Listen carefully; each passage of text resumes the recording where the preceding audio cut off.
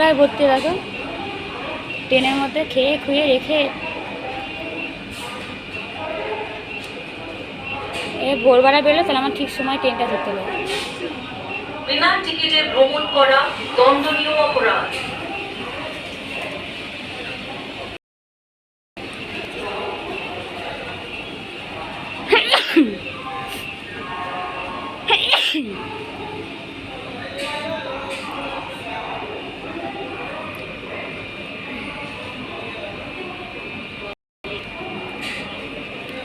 আজ আমার ঠিক সময় ট্রেনটা পেয়ে গেছে।